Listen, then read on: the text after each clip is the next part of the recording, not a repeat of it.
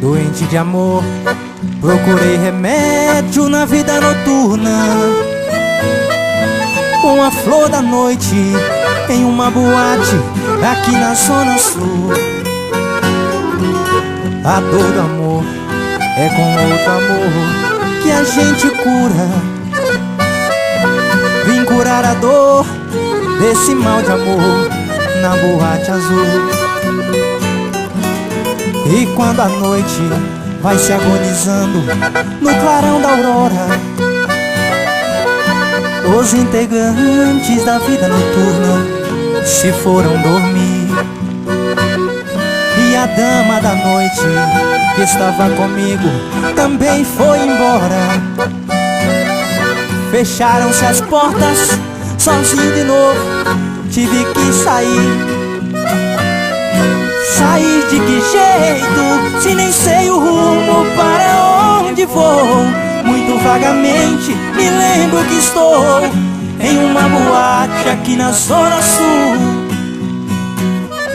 Eu bebi demais e não consigo me lembrar sequer qual era o nome daquela mulher, a flor da noite da boate azul.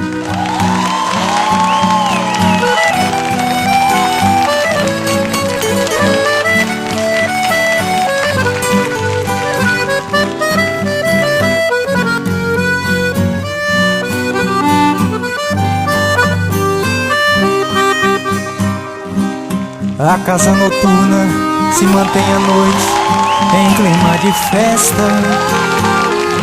De longe se ouve vários instrumentos de cordas e metais, boêmios bebendo, cantando e dançando ao som da orquestra. Um som estridente que se deu o nome de som de cristal.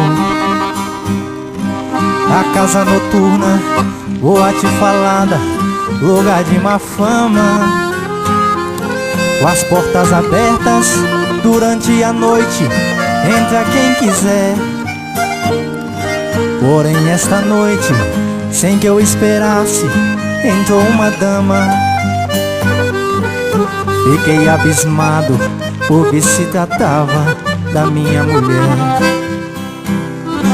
E ela se cansou de dormir sozinha esperando por mim, e nessa noite resolveu dar fim à sua longa e maldita espera. E ela não quis mais levar a vida de mulher honrada, pois se na verdade não adiantou nada ser mulher direita conforme ela era.